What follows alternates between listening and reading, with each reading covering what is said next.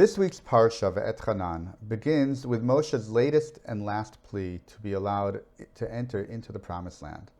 Once again, this request is turned down by God, and Moshe is told no more.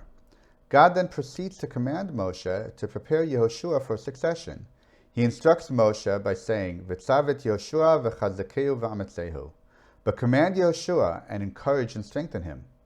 While any person who is newly installed in a leadership position needs reassurance before and upon taking the position, did Yehoshua really need the extra encouragement as implied by the pasuk? We previously saw that Yehoshua was a successful military commander at the time of the Exodus who led the counterattack on Amalek.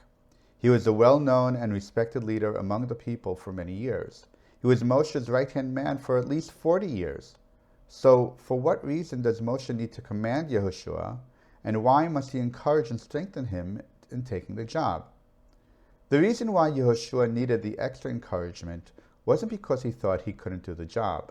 He did not feel inadequate, nor did he think that he was outclassed. By being Moshe's right-hand man for at least 40 years, Yehoshua intimately knew the job and the people and everything that it entailed. He knew he had all the right qualifications and experience, and that he could do the job probably better than anyone else alive.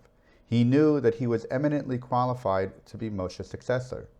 However, he also knew that there's a very big difference between being number one and being number one's right hand.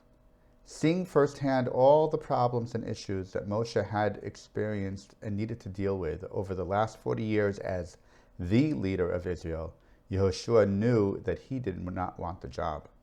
As a result, God needed to command Yehoshua to indeed accept and prepare to assume the mantle of leadership, and then follow up to reassure him that despite his doubts and reservations about it, he would surely succeed in his charge and mission.